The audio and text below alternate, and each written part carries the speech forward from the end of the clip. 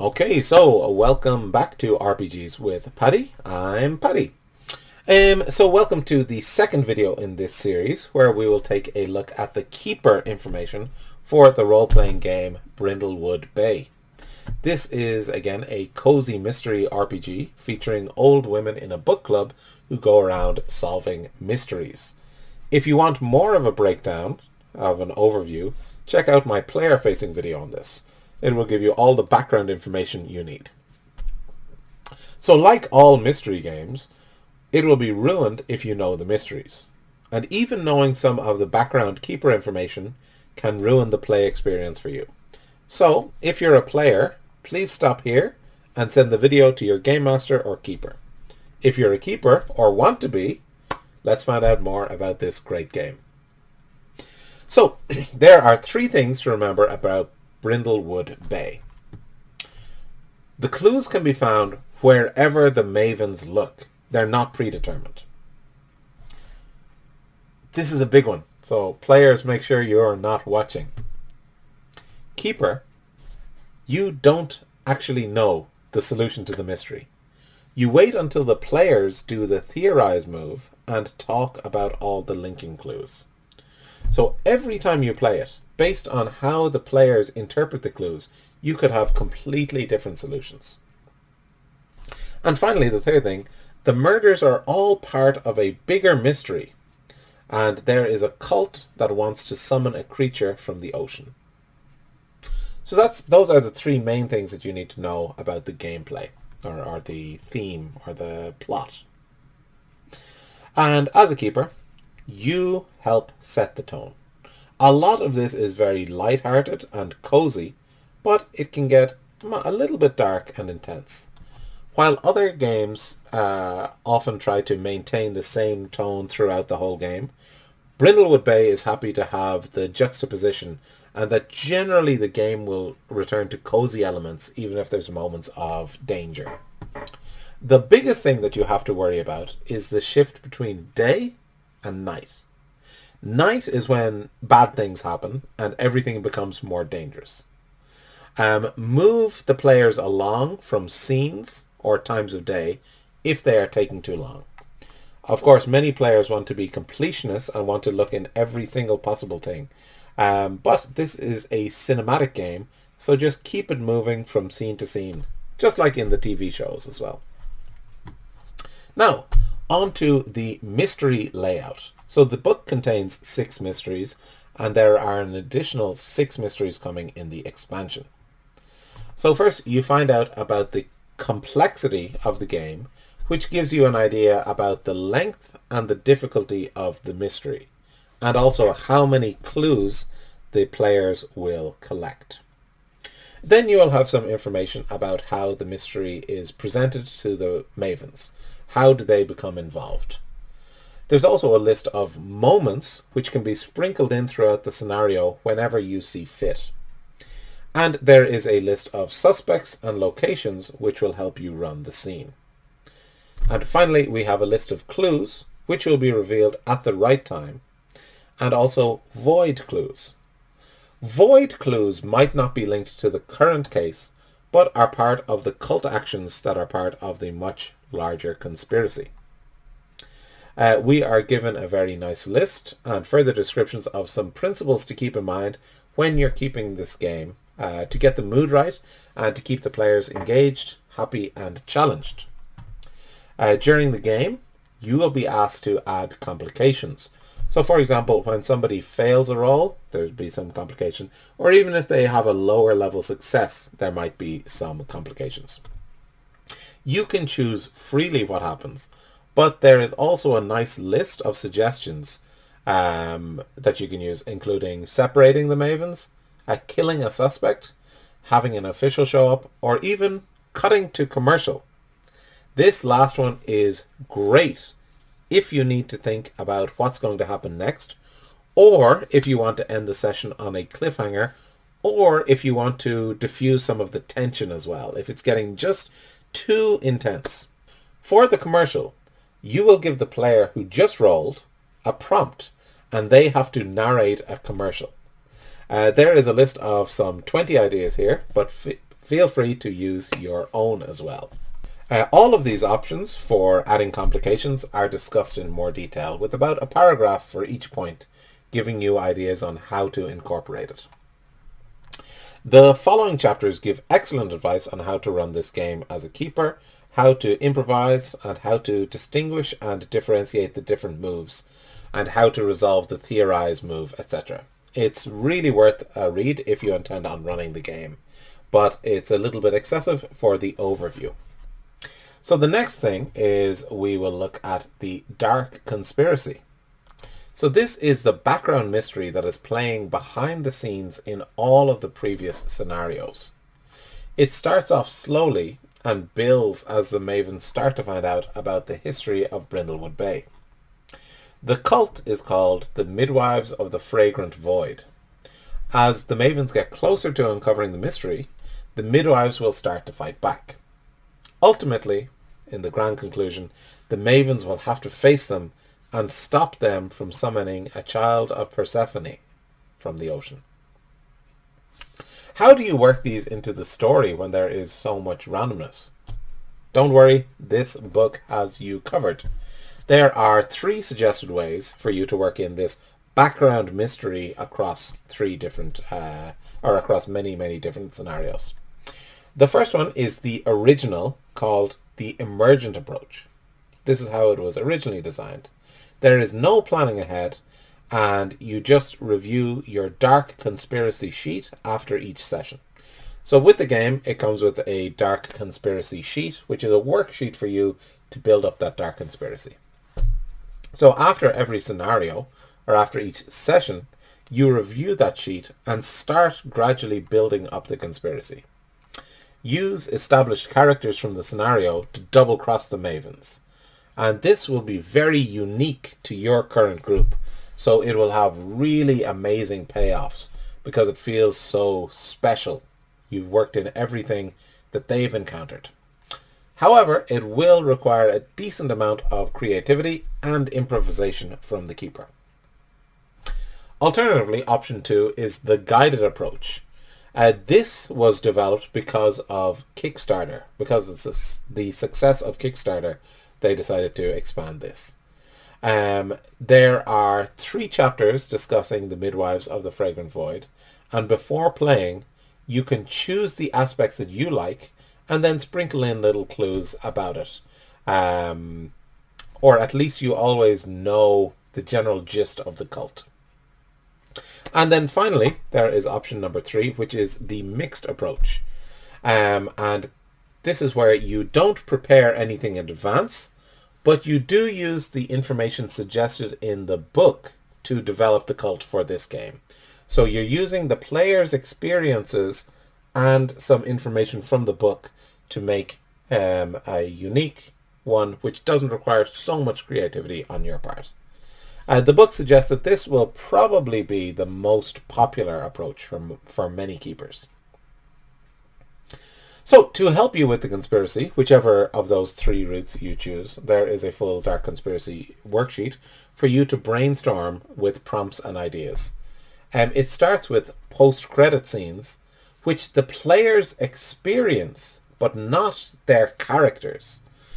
So the players, there's a little bit of metagaming, the players see, for example, a bunch of hooded, cloaked figures gathered around a pentagram or something like that.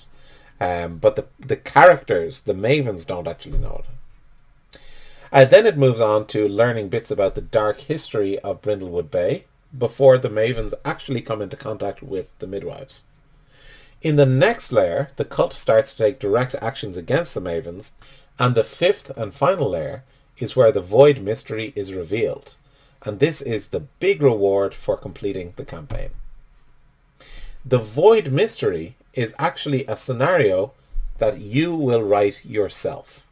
Don't worry, there is a lot of great advice for you, and it focuses on drawing from your previous experiences of playing the game. All of the scenarios to date have built up your unique version of Brindlewood Bay.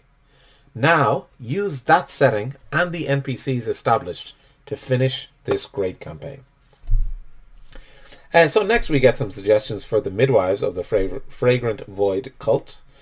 We start off with some general traits that you should probably include, and then get into 6 potential origin stories for the cult.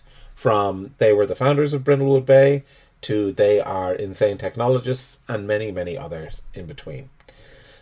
Each of these comes with a solid backstory, and for each origin there is a suggested list of scenarios to run for it. Although you don't have to, it would just run smoothly that way. Keep in mind that some of these adventures are from the expansion book Nephews in Peril. And actually, although it's not mentioned in the book, some are only available from third-party publishers, as far as I can understand. For example, The Long Dark Tea Time of the Soulless is from Codex magazine. And I couldn't find the scenario Control Alt Deceased, great name, anywhere. This book is not in its final form yet. It's maybe 99%. So I've given feedback to them suggesting that they mark which scenarios are from the core book, which are from Nephews in Peril, and which are from other sources, using maybe bold for one, italics for another, and asterisks for another. In that way, the keeper can quickly see where the scenarios are coming from. Also, if there are third-party scenarios, it would be great if there was a listing of where to find them, and hopefully they'll take this advice into account. So after that, we also get a selection of fleshed out characters that could potentially be the leader of the cult. But of course, as always, feel free to come up with your own ideas. Finally, for creating the cult, we have their advanced moves and monsters. Sendings are magical rituals that the cult can send against the Mavens. Feel free to make up your own ones, but there are several suggested here. For example, poisoned, transfiguration, or paralyzed. But they also have much nicer, more thematic names like Persephone's Gift and Circe's Judgment. Servitors are monsters that the midwives can summon to torment their enemies, the Mavens. You can just choose an existing one if you want, an existing monster if you want. As the cult is generally assumed to be Hellenic, i.e. connected to Greek mythology, you can just use a monster from Greek mythology, or you can create something original. We get a very nice selection of rollable tables. So each servitor has 3 traits: a type, an ill favor, and a blessing. For the type, you roll a 12-sided die, which gives you the species, a serpent, a bull, a bird, etc. And from there, you roll a 6-sided die to get more details on that animal. For example, a bear covered in runes, or a bear with a chest cavity, or a wild person wearing a bear skin. After this, you will choose the ill favor. Again, roll a d12 to get the source of the power. For example, Prometheus, Midas, Icarus. And then roll a d6 to get the actual detail. For example, it speaks only lies, or it bleeds poisonous green fluids smelling of herbs and tomato vine. And all of the options for all tables are completely unique to each source. So, for example, I said a bear covered in runes. You won't also find a serpent covered in runes. So there's actually many 72 options for traits, for types, 72 unique options for ill favor, and again for blessing. So finally, you decide on the blessing. So you roll a d12 to decide on a god. So Zeus, Hera, Poseidon, etc. And then each one of them has specific powers that the servitor will have, such as being accompanied by a lava flow, it can fly, it can move with supernatural quickness, etc. So there are 72 types, 72 ill favors, and 72 blessings, which results in almost 400,000 possible combinations. Not all of them will feel totally unique, but overall there is huge variety here, which is really great. The big bad antagonist of the entire campaign is the child of Persephone that the midwives have been working for a long time to summon. And the child of Persephone will usher in the end of all things. The book provides us with 6 monstrosities, but of course feel free to alter them or come up with your own. This summoning will be the major conclusion in the Void mystery, which itself is the conclusion of the campaign in Brindlewood Bay. Don't worry about that if it sounds too overwhelming. You'll have been taking notes on the Dark Conspiracy worksheet throughout, and most of your work is already done for you. Finally, ignoring the mysteries, which I'll look at in individual videos, we have some advice for running session 1 with some 19 steps to get you through the entire session. So if you had any worries about running this, particularly if it's your first role-playing game, your first time as a keeper, you're going to have no problem at all. In the appendices, there are some ideas for creating your own scenarios and suggestions for TV shows for inspiration. As Murder, She Wrote is the main inspiration for this game, there's a breakdown on what key episodes you should watch if you wanted to, rather than having to sit through, I think there's more than 250 episodes. So this is just choosing a few key ones to get the flavor. So that's what you will get as a keeper in this game. I think it's a great game that a lot of people will love playing. It's simple enough with short scenarios so you don't feel overwhelmed, but it gives you some great experience at improvisation. Even if you're a new player or a new keeper, this will be a fun, easy improvisation experience for you. And the fact that none of the mysteries have predetermined solutions means that your players just have to try and make some sense of the clues, so it will lead to happy players. Even if they come up with the wrong conclusion, which is where they don't incorporate enough of the clues and maybe a bad roll as well, it's still an interesting conclusion, and you can really use that information in your final Void scenario. So the last thing that I want to say is that each session of Brindlewood Bay ends with a reflection time. This is so important. I mentioned it before in my Cthulhu Confidential review, but it merits repetition here. It's essential to get the players and yourself to reflect on the game that's just happened. It will make them feel more attached to it, and you can find out what they like, what they don't like, and more importantly, you can get a feeling for what they're experiencing from the game. I did a master's course in linguistics, and as part of that course, I looked into simulation for education, which is widely used in fields like medicine and the military, and all of the research says that debriefing, or reflection, is the most important stage of simulation. And what is a role-playing game if not a simulation?